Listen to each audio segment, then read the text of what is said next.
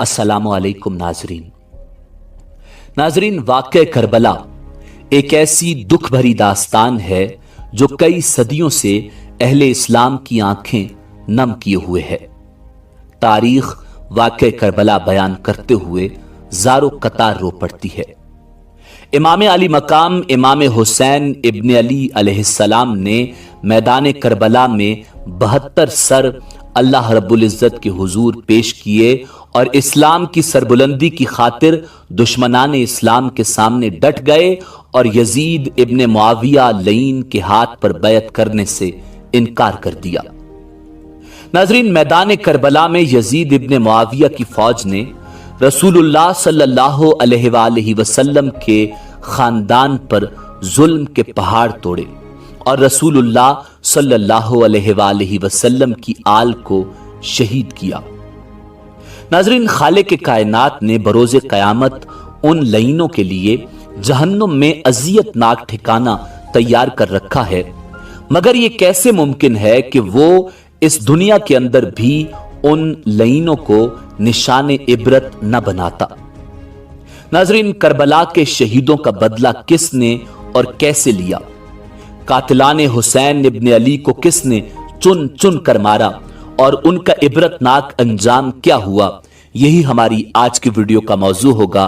मगर वीडियो में आगे बढ़ने से पहले अगर आप हमारे चैनल पर नए हैं तो बराए मेहरबानी हमारा चैनल info@adil सब्सक्राइब करें, जहां आपको बिलखुसूस इस्लामिक हिस्ट्री और बिलुमूम दुनिया भर की मुनफरिद मालूमात पर मबनी वीडियोस मिलती रहेंगी। नाज़रीन, खलीफा अब्दुल मलिक बिन मरवान के ज़माने खिलाफत में कूफा पर मुख्तार बिन उबैद सक़फ़ी को तसल्लुत हासिल हुआ। उसने कहा कि मैं कातिलान इमाम हुसैन अलैहिस्सलाम में से एक को भी दुनिया में चलते फिरते नहीं रहने दूंगा। अगर मैं ऐसा न करूं तो मुझ पर अल्लाह और रसूलुल्लाह सल्लल्लाहु अलैहि वसल्लम की लानत हो। फिर उसने लोगों से कहा कि मुझे हर उस शख्स का नाम और पता बताओ जो हजरत इमाम हुसैन रजी अल्लाह ताला अन्हो के मुकाबले में करबला गया था। लोगों ने बताना शुरू किया और मुख्तार सक़फ़ी ने एक एक को कत्ल करना और सूली पर लटकाना शुरू कर दिया। मुख्तार सक़फ़ी ने एक दिन कहा कि मैं कल एक ऐसे शख्स को कत्ल करूंगा कि मेरे उस अमल से तमाम मोमिनीन और मलाइका मुकर्रबीन भी खुश होंगे। हीथम बिन असवद नखी उस वक्त मुख्तार के पास बैठा हुआ था। वो समझ गया कि इब्न साद कल मारा जाएगा। मकान पर आकर उसने अपने बेटे को रात में इब्न साद के पास भेजकर इत्तला कर दी कि तुम अपनी हिफाजत का इंतजाम करो, मुख्तार सक़फ़ी कल तुम्हें कत्ल करना चाहता है। मगर मुख्तार सक़फ़ी चूंकि अपने खुरूज के इब्तिदाई ज़माने में इब्न साद से निहायत अखलाक के साथ पेश आता था, इसलिए उसने कहा कि मुख्तार हमें नहीं कत्ल करेगा। दूसरे दिन सुबह को मुख्तार सक़फ़ी ने इब्न साद को बुलाने के लिए आदमी भेजा।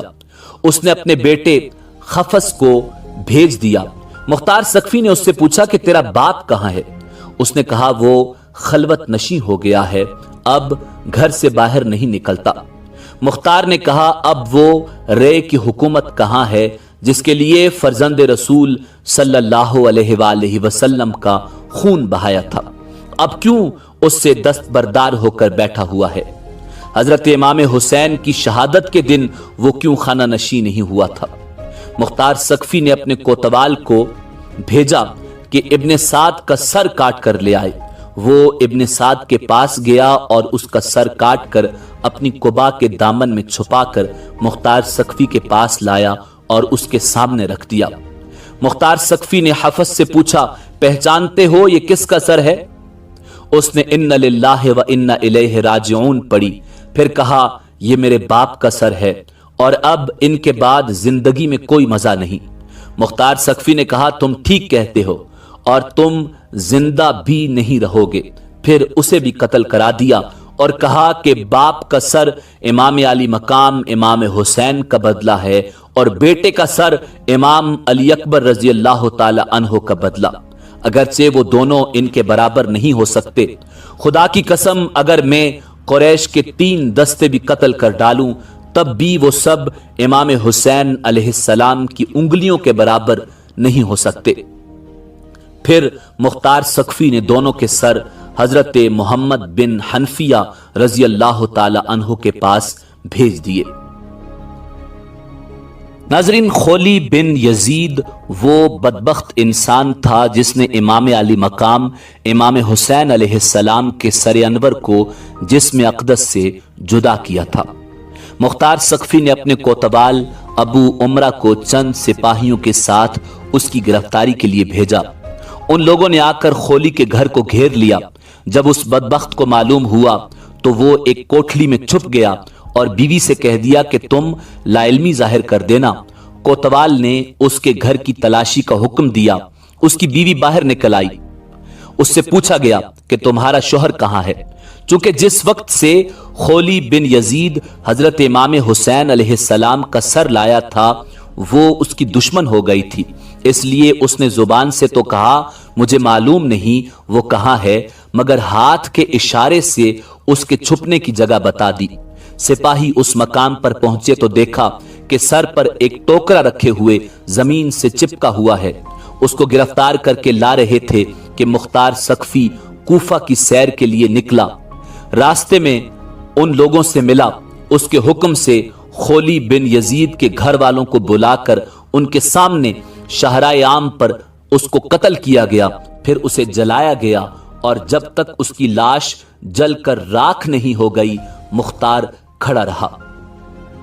नाजरीन, तारीख तबरी के मुताबिक मुस्लिम बिन अब्दुल्ला ज़ियाबी का बयान है कि जब हजरत इमाम हुसैन अलैहिस्सलाम के मुकाबले में करबला जाने वालों को पकड़ पकड़ कर मुख्तार सक़फ़ी कत्ल करने लगा तो हम और शिमर दिल जौशन तेज रफ्तार घोड़ों पर बैठकर कूफा से बाहर निकले।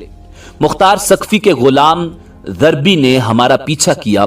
हमने अपने घोड़ों को बहुत तेजी से दौड़ाया, लेकिन ज़रबी हमारे करीब आ गया।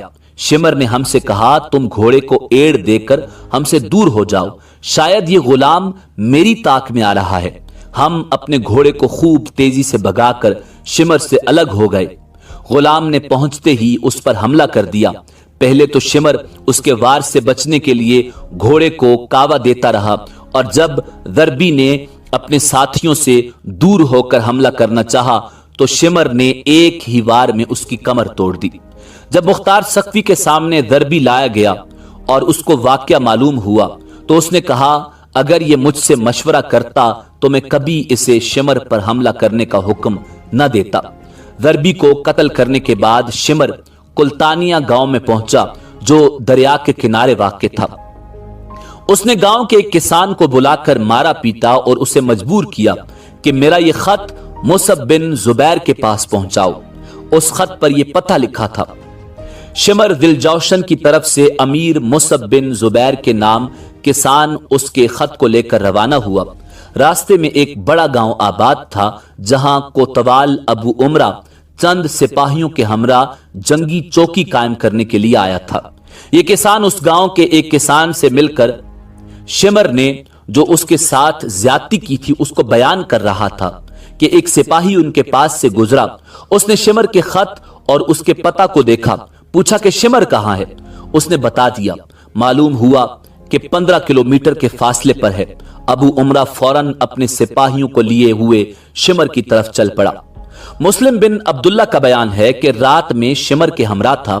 मैंने उससे कहा बेहतर है कि हम लोग इस जगह से रवाना हो जाएं, इसलिए कि हमें यहां डर मालूम होता है।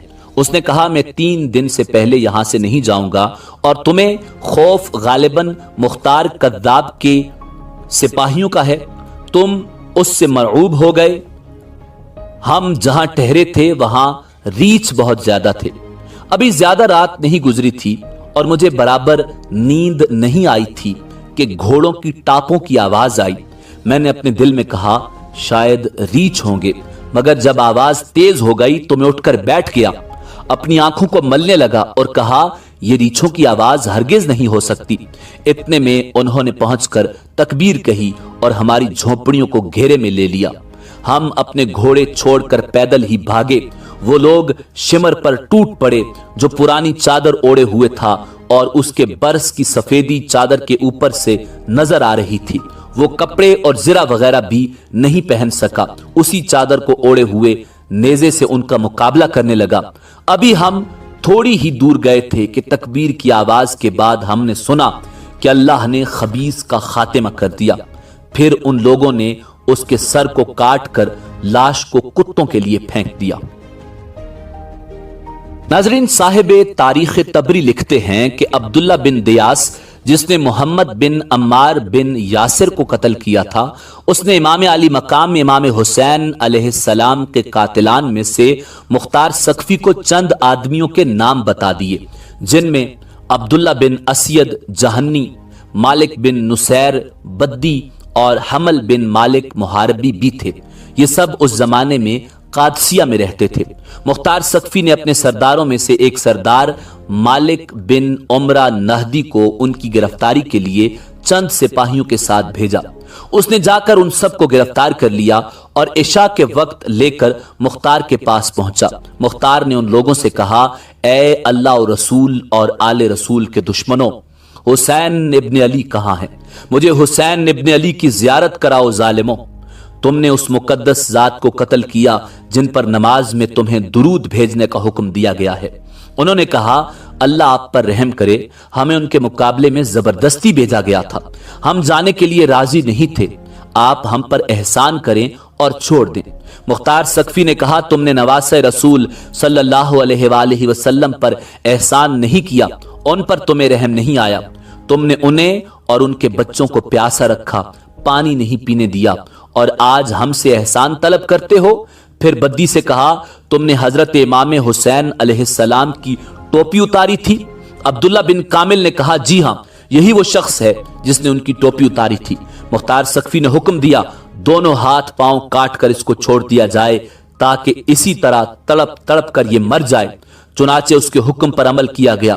बद्दी के हाथों और पैरों से खून का धारा बहता रहा यहां तक कि वो मर गया। उसके बाद जहन्नी और मुहारबी को कत्ल कर दिया गया। नाजरीन, हकीम एक ऐसा शख्स था जिसका नाम हकीम बिन तुफैल ताई था, जिसने करबला में हजरत अब्बास अलमदार के लिबास व असलहा पर कब्जा किया था और इमाम हुसैन अलैहिस्सलाम को माज़अल्लाह तीर मारा था। मुख्तार सकफी ने अब्दुल्ला इब्न कामिल को उसकी गिरफ्तारी के लिए चंद सिपाहियों के साथ भेजा। वो जब मुख्तार सकफी की तरफ पकड़ कर ला रहे थे, हकीम के घर वाले अदी बिन हातिम, जो हातिम ताई का बेटा था, उसके पास गए और कहने लगे कि तुम मुख्तार सकफी से सिफारिश करो कि हमारे भाई को छोड़ दे। मुख्तार सकफी के पास अदी पहुंचा और सिफारिश करने लगा। वो अदी के साथ इज्जत से पेश आया और उसे पास बिठाया। अदी ने अपने आने की गर्ज बयान की। मुख्तार ने कहा, ए अबू जरीफ, क्या आप कातिलाने हुसैन के लिए भी सिफारिश करते हैं? उन्होंने कहा, हकीम पर झूठा इल्जाम है। मुख्तार ने कहा, अच्छा तो हम उसे छोड़ देंगे। सिपाहियों को रास्ते में मालूम हुआ कि अदी मुख्तार सकफी के पास हकीम की सिफारिश के लिए गया है। उनको लगा कि अगर हकीम की सिफारिश मुख्तार सकफी ने कबूल कर ली तो वो हकीम को छोड़ देगा, इसलिए उन सिपाहियों ने रास्ते में ही हकीम को कत्ल कर दिया और यूं उसे निशाने इबरत बनाया कि उसे एक कमरे में बंद किया गया और कहा कि तूने हजरत अब्बास इब्न अली के कपड़े उतारे थे, हम तेरी जिंदगी में तेरे लिबास उतारते हैं। चुनाचे उन लोगों ने उसे बिल्कुल नंगा कर दिया। फिर कहा, तूने हुसैन इब्न अली को तीर मारा था, हम भी तुझे तीरों का निशाना बनाते हैं। ये कहकर उन्होंने तीरों से मार मार कर उसको हलाक कर दिया। नाजरीन, एक शख्स जिसका नाम जैद बिन रकात था, उस बदबख्त ने हजरत अब्दुल्ला बिन मुस्लिम बिन अकील को तीर मारा था जो उनकी पेशानी में लगा था। उन्होंने पेशानी को बचाने के लिए उस पर अपना हाथ रख लिया, मगर तीर ऐसा लगा कि हाथ भी पेशानी के साथ पैवस्त हो गया और जब कोशिश के बावजूद उनका हाथ पेशानी से जुदा नहीं हो सका तो उन्होंने बारगाह इलाही में दुआ की, या इलाहल आलमीन, हमारे दुश्मनों ने जैसे हमें जलील किया है तू भी इनको ऐसे ही जलील कर, और जिस तरह इन्होंने हमें कत्ल किया है तू भी इनको कत्ल कर। फिर जैद बिन रकाद ने उनके पेट में एक तीर मारा जिससे वो शहीद हो गए। ابن رکعت کہا کرتا تھا کہ ان کے پیٹ کا تیر تو میں نے آسانی سے نکال لیا، مگر جو تیر پیشانی میں لگا کوشش کے باوجود وہ نہیں نکل سکا۔ مختار سقفی نے ابن کامل کو اس کی گرفتاری کے لیے روانہ کیا۔ ابن کامل سپاہیوں کے ساتھ پہنچ کر اس پر ٹوٹ پڑا۔ وہ بھی ایک بہادر آدمی تھا، تلوار لے کر اس کا مقابلہ کیا۔ ابن کامل نے اپنے سپاہیوں سے کہا، اسے نیزہ اور تلوار سے ہلاک نہ کرو بلکہ تیر اور پتھر سے مارو۔ سپاہیوں نے اس قدر تیر اور پتھر مارے کہ وہ گر گیا۔ ابن کامل نے کہا، دیکھو اگر جان باقی ہو تو اسے باہر لاؤ۔ چونکہ ابھی جان باقی تھی تو اسے باہر نکالا گیا۔ ابن کامل نے آگ منگوا کر اسے زندہ جلا دیا۔ ناظرین، عبید اللہ ابن زیاد وہ نام نہاد انسان تھا جو یزید کی طرف سے کوفہ کا گورنر مقرر کیا تھا۔ اسی بدبخت کے حکم پر امام علی مقام امام حسین علیہ السلام اور آپ کے اہل بیت کو تمام ایذائیں پہنچائی گئیں۔ یہی ابن زیاد موصل میں 30,000 فوج کے ساتھ اترا۔ مختار سقفی نے ابراہیم بن مالک اشتر کو اس کے مقابلے کے لیے ایک فوج دے کر بھیجا۔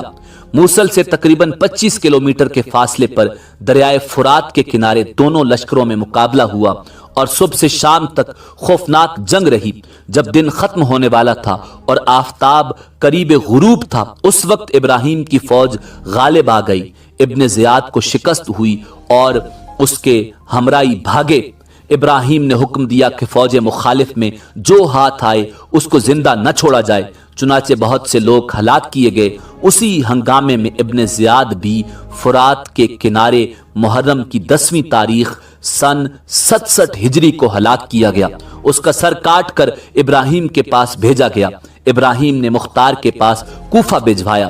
مختار نے دارالامارات کوفہ کو آراستہ کیا اور اہل کوفہ کو جمع کر کے ابن زیاد کا سر ناپاک اسی جگہ رکھوایا جس جگہ اس مغرور حکومت اور اس مغرور شخص نے حضرت امام حسین علیہ السلام کا سر انور رکھا تھا۔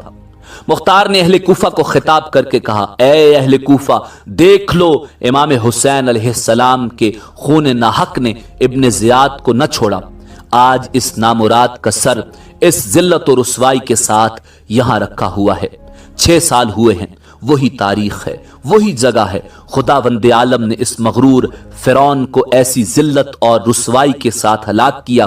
اسی کوفہ اور اسی دارالامارات میں اس بے دین کے قتل اور ہلاک پر جشن منایا جا رہا ہے۔ ناظرین، قاتلان امام حسین علیہ السلام پر طرح طرح کے عذاب نازل ہوئے۔ جو لوگ حضرت امام حسین علیہ السلام کے مقابلے میں کربلا گئے اور ان کے قتل میں شریک ہوئے، ان میں سے تقریباً 6,000 کوفی مختار سقفی کے ہاتھوں ہلاک ہوئے اور دوسرے لوگ طرح طرح کے عذابوں میں مبتلا ہوئے۔ علماء کرام فرماتے ہیں کہ ان میں سے کوئی نہیں بچا جس نے آخرت کے عذاب سے پہلے اس دنیا میں سزا نہ پائی ہو۔ ان میں سے کچھ تو بری طرح قتل کیے گئے، کچھ اندھے اور کوڑے ہوئے اور کچھ لوگ سخت قسم کی آفتوں میں مبتلا ہو کر ہلاک ہوئے۔